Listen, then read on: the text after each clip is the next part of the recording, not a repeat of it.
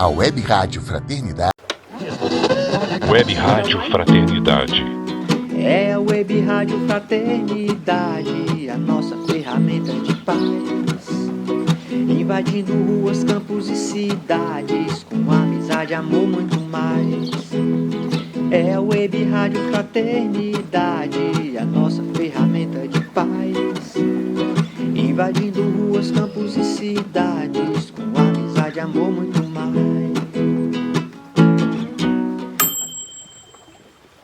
Apresenta o programa Um Desafio Chamado Família.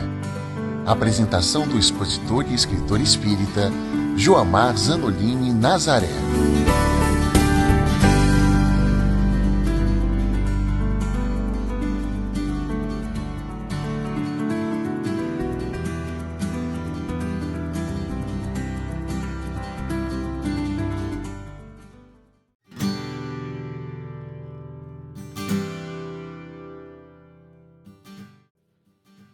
Olá você, seja bem-vinda, seja bem-vindo.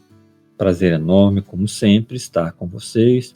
Mais uma vez agradecendo à Web Rádio Fraternidade essa oportunidade dessas reflexões tão importantes acerca da família. Hoje estamos no nosso programa 49, que tem como tema os hábitos no contexto educativo. Então que Jesus ilumine os nossos lares e nos traga uma reflexão nobre em relação a isso.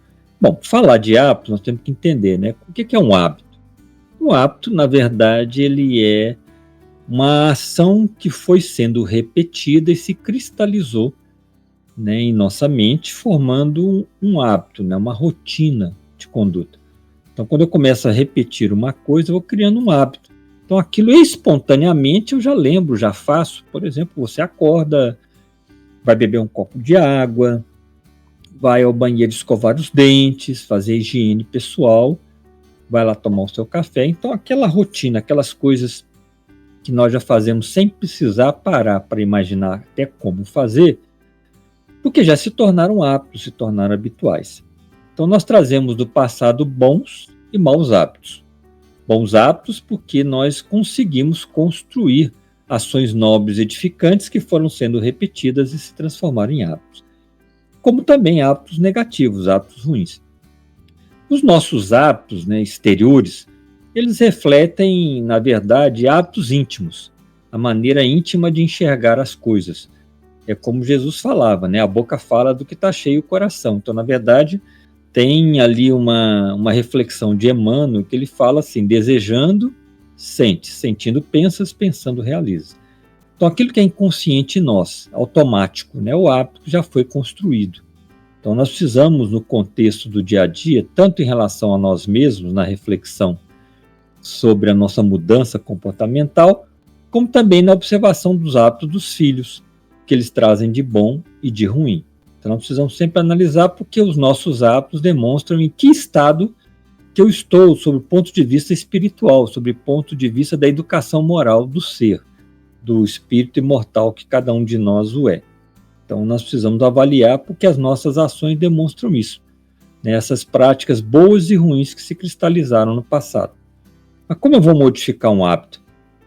Eu modifico um hábito quando eu começo a construir um novo hábito sobre aquele hábito anterior que eu quero mudar. Então, por exemplo, eu tenho um mau hábito. Eu tenho um mau hábito de falar mal dos outros. Ou reclamar de tudo. Totalmente que eu estou reclamando dos outros, das pessoas, das situações. Bom, eu preciso vencer esse mau hábito. O que eu tenho que fazer? Construir um hábito positivo por cima dele. Como o hábito é uma ação que se repetiu e se cristalizou, eu vou precisar usar a boa vontade, a disciplina, o esforço para que eu comece a construir um bom. Por exemplo, eu chego, vou conversar com alguém, vem um ímpeto de falar mal, eu começo a me vigiar. Vamos ver que hora que eu vou reclamar. A hora que vem aquela vontade de reclamar, eu paro e penso, não posso. Seguro lá a língua, a boca, não vou reclamar. Então eu começo, através da disciplina, a frear o impulso de repetir um hábito que não é bom. Então, uma vez, 2, 5, 10, eu começo a frear aquele mau hábito e vou criando um novo hábito por cima, que pode ser construído, seja Na hora que eu tiver vontade de falar, eu vou colocar a língua, encostar a língua nos dentes. Pronto. Criei ali, estou criando uma ação nova. Ou eu ponho um elástico ali no pulso e pá, né, jogo, né, estico ele e bato. Né, isso é uma regra psicológica que ajuda a gente a vencer uma ação que eu quero não mais repetir. É qualquer coisa, né? Eu dei uma vontade, eu vou lá, aperto o dedo. Eu posso usar várias muletas psicológicas, mas o importante é assim, eu criar um mecanismo que cada vez que vier um impulso eu vou manifestar. Então eu vou criar um hábito novo. A hora que eu vou estar com alguém e penso em alguma coisa que não me agrada ou numa pessoa, eu já vou estar construindo uma ação nova que é não falar mal, não reclamar de modo nenhum de nada nem de ninguém. Eu vou ter que repetir isso muitas vezes, porque o mau hábito foi construído com ações repetidas. Então eu vou ter que construir um bom hábito, uma quantidade suficiente de vezes que eu crie sobre o mau hábito anterior uma nova ação, um novo hábito contrário àquele hábito anterior.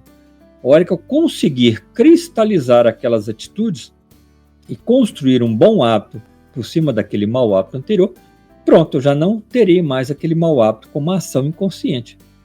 Ponto, eu construí um novo hábito. Eu construí um hábito de, ao pensar no outro, por exemplo, pensar numa coisa boa que essa pessoa faz, ou em pensar, não, eu preciso ter piedade e compreensão para com cada criatura e cada coisa. Ou então criar um hábito de fazer uma coisa boa. Nossa, né, a cidade está suja, mas logo em seguida eu vou criando um hábito de pensar em alguma coisa boa. Como é abençoada a minha cidade, né? Como ela tem bons jardins, como o céu é bonito, né? Como as árvores, como as flores. Então é construir um bom hábito por cima do hábito ruim. Então é assim que se modificam hábitos. Por isso que o Emmanuel fala que, através da psicografia do nosso querido Chico Xavier, a disciplina antecede a espontaneidade. Do mesmo modo, eu vou observar os nossos filhos, né, os meus filhos no caso, e vou ver quais bons hábitos que eles tragam. E ali eu vou estimulá-los. Que bom, meu filho, que você faz isso, você tem essa coisa boa. Continue, meu filho. Então eu vou estimular ele a continuar repetindo os bons hábitos. Os maus hábitos eu vou ter que ajudá-lo. Meu filho, isso não é bom. Pense em tal coisa. Da mesma maneira que eu faria comigo mesmo, para criar um bom hábito por cima de um mau hábito, eu vou orientar os meus filhos, no caso, a fazê-lo também. Até que ele consiga construir um bom hábito por cima daquele hábito ruim. Então é isso, né? Eu vou fazendo isso. E lembrar que cada filho vai exigir de mim uma observação atenta, porque nenhum filho é igual ao outro. Todos os meus filhos são espíritos imortais, né? Os nossos filhos são almas imortais que hoje reencarnaram na condição de filhos. Mas não são filhos da matéria, são almas imortais que reencarnaram ali, que eu estou tendo como pai ou mãe a incumbência dada pela providência divina, pelas leis divinas, de acolhê-los como filhos e orientá-los e prepará-los para a vida. Então é isso. Então eu preciso trabalhar isso com ele. Então nossos filhos não são santos nem demônios. Ainda não são na Terra, são raras almas num patamar mais elevado. A maioria são almas medianas, como nós, que trazem virtudes já adquiridas, mas ainda trazem maus hábitos que precisam ser vencidos. E eu preciso ajudá-los nesse contexto, nesse processo. Adubar as boas ações, as boas virtudes, os bons hábitos e trabalhar para interferir nos maus hábitos, modificá-los para que amanhã eles possam vencer esses maus hábitos. Esse é o trabalho que os pais têm que fazer em relação a eles, né? Então, sair do comodismo em relação a nós mesmos, que é vencer, né? Porque é muito fácil repetir, né? É igual antigamente, quando os carros não tinham ali injeção eletrônica, o câmbio era manual e a ignição era aquela ignição mais simplificada, que às vezes numa descida na estrada a pessoa colocava em ponto morto, chamada banguela, e aí descia, principalmente o veículo pesado, caminhão, né, ônibus, para economizar gasolina. Então é muito mais cômodo repetir velhos hábitos, porque não precisa fazer nada, ele é inconsciente, ele repete automaticamente. Se eu não interferir, eu vou continuar fazendo as mesmas coisas que eu fazia antes. Por isso que é muito mais cômodo. Mas eu preciso trabalhar a modificação dos hábitos em mim e observar os filhos, né? Interferir, ajudá-los, que é cansativo, ficar repetindo para o filho a mesma coisa, é assim. mas precisa sair do comodismo e ajudá-los como espíritos imortais, porque essa é a nossa obrigação, na condição de pai ou mãe, a fazê-lo. Então, é um trabalho intenso, é um esforço para mudar. E é por isso que eu mencionei a frase do Emmanuel, né? A disciplina antecede a espontaneidade. Então, precisa de disciplina, porque senão nós vamos ficar reproduzindo. O espírito reencarna, repete velhos hábitos, se não for interferido, e vai e reincide em velhos erros. Desencarna, lamenta do mesmo jeito de novo, que errou, volta. Quer dizer, para mudar tem que ter esforço, né? Para mudar tem que ter disciplina, para mudar precisa ter ação, né? Então, educar é adubar bons hábitos, educar é vencer maus hábitos. Esse é um processo da educação que os pais têm que realizar e interferir observando os filhos, sondar os filhos, observá-los muito em relação a isso, né? Como nós pensamos que se os hábitos vêm, né, dos hábitos íntimos que vêm do coração, daquilo que está na alma, então eu preciso preservar o que é bom e expurgar o lixo, igual a casa da gente. Tem que arrumar a casa, o que está bom está ótimo, esse objeto é bom, está no lugar, aquilo é beleza, funciona. Você vai lá e faz a manutenção para continuar funcionando no que é bom. E no lixo você joga fora. Então nós temos que jogar fora o que é lixo, né? E o que é bom precisa ser mantido, né? A manutenção precisa ser feita. Eu tenho uma frase da Joana de Andes que eu quero trazer aqui na nossa reflexão, que é muito interessante, realmente. É muito interessante. Vamos lá, vou colocar ela aqui para a gente pensar. Então, os métodos na experiência educacional devem ser consentâneos às condições mentais e emocionais do aprendiz. Em vez de lhe impingir, por meio do processo repetitivo, os conhecimentos adquiridos, é porque a frase é meio longa, aqui nós temos uma limitação de espaço, ele fala assim: o educador há de motivá-los às próprias descobertas. Então, a frase de Joana de Anges, pela psicografia de nosso querido Edivaldo Franco. Então, deve-se adequar os ensinamentos e valores às condições do aprendiz. Então, em vez de achar que vai tratar todo mundo igual, não. O educador ele vai considerar, de fato, a condição do educando. Então, cada criança é cada criança, né? Cada alma traz, né, o seu valor, traz a sua grandeza, né, traz a sua oportunidade, né, de crescimento, de iluminação. Então nós temos que lembrar sempre disso, que não são iguais, né? As criaturas não são iguais de modo nenhum. Eu vou colocar aqui, lembrando, né, aos nossos queridos ouvintes, né, e telespectadores, lembrar sempre, então, quem quiser sugerir, por exemplo, temas no nosso programa, de vez em quando eu lembro de perguntar, às vezes eu esqueço, mas pode escrever tanto para aquele e-mail que a Web Rádio coloca na vinheta de abertura do programa, como se quiser me mandar para o meu e-mail pessoal também, fica à vontade aí, jonazarete@medinet.com.br, tá? Fica à vontade aí. Às vezes quer que a gente fale de um tema, tem muito tema já previsto aí, mas a gente pode mudar a ordem, de repente, para incluir um tema aí que você que nos assiste deseja que seja trabalhado, né? Isso é muito importante. Bom, a nossa história de hoje é uma história interessante, que está lá no livro Jesus no Lar, né? Psicografia de Francisco Cândido Xavier, o autor espiritual é Ney Lúcio. Então, chama-se A Visita da Verdade, né? Então, Jesus conta essa história para os discípulos, né? Para os apóstolos, lembrando que a verdade é que nos liberta. Então Pedro perguntou, Jesus, mas o que é verdade, Senhor? Então Jesus respondeu a Pedro, a verdade total é a luz divina total. O homem está longe de suportar a sublime fulguração, mas precisa compreender que o caminho é verdade. Aí Pedro ficou naquela carinha de dúvida e Jesus fala, então conta uma história, né? Havia uma caverna escura, né? Onde a claridade não entrava. E lá um certo devoto ficava lá dentro implorando o socorro de Deus, né? Falava que era o mais infeliz, sentia um cheiro ruim, que precisava do socorro divino, que era o mais infeliz, que ele não enxergava, né? Jesus fala que na cegueira dele, ele achava que era o melhor de todos. Ele ficava sentindo aquele ambiente, aquele cheiro ruim, aquele ambiente escuro, mas ele achava que ele era uma criatura nobre, né? Então ele ficava reclamando, né? E dizia em gritos, né? Que aquele ambiente sufocava. Então, Jesus conta que o pai ficou compadecido dele e mandou primeiro a fé. A fé foi lá e o confortou, né, o exortou a confiar no futuro, no que viria, confortou. E ele consolou-lhe a princípio, de algum modo, mas logo passava o tempo e começou a reclamar de novo.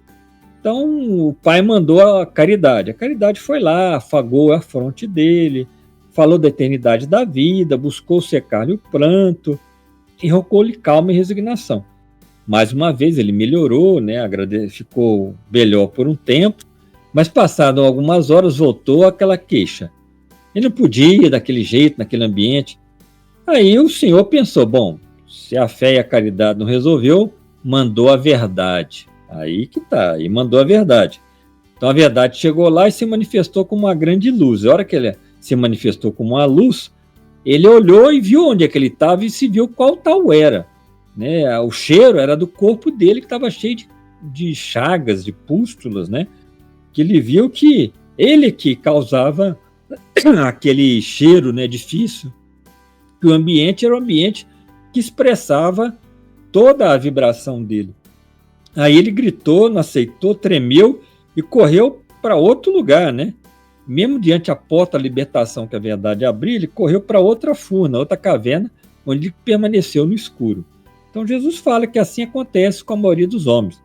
Vem a fé, orienta, vem a caridade, orienta, mas a criatura muitas vezes continua achando que ela é boa e não enxerga o problema dela, acha que a culpa está fora dela. Aí vem a verdade, brilha para ela e mostra tal qual ela é, como a verdade mostra tal qual nós somos. Então aí, nessa história, Jesus mostra que nós precisamos compreender. Então os nossos hábitos precisam ser mudados, então eles é que causam os nossos problemas. Nós queremos um mundo melhor? Comecemos de nós mesmos, modificando a nossa postura, a nossa conduta e os nossos hábitos. E para encerrar, então, o soneto que eu sempre escrevo, né? Sempre um soneto inédito dentro do tema. Coisa deveras complicada é mudar a atitude nossa.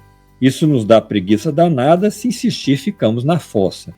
Hábito é repetição de ações, que vão se cristalizando, reflete as nossas emoções e influencia o que vamos realizando. Para construir em nós virtude, novas ações com esforço e solicitude na direção do bem maior. Jogar fora o lixo do mal, aprimorar o bem tesouro real, agir na luz cada vez melhor. Bom, deu para ler uma tossezinha, mas deu para fazer. Então, mais uma vez, obrigado, meu irmão. Obrigado a minha irmã, queridos amigos. Que Deus nos ilumine, nos abençoe. Mais uma vez, a gratidão à Web Rádio Fraternidade. E até o nosso próximo programa, um desafio chamado Família. Muita paz. A Web Rádio Fraternidade apresentou o programa Um Desafio Chamado Família, com o expositor e escritor espírita Joamar Zanolini Nazaré. Se desejar, escreva para nós no e-mail. Fale conosco, @radiofraternidade.com.br. No assunto, coloque um desafio chamado família e mande a sua mensagem.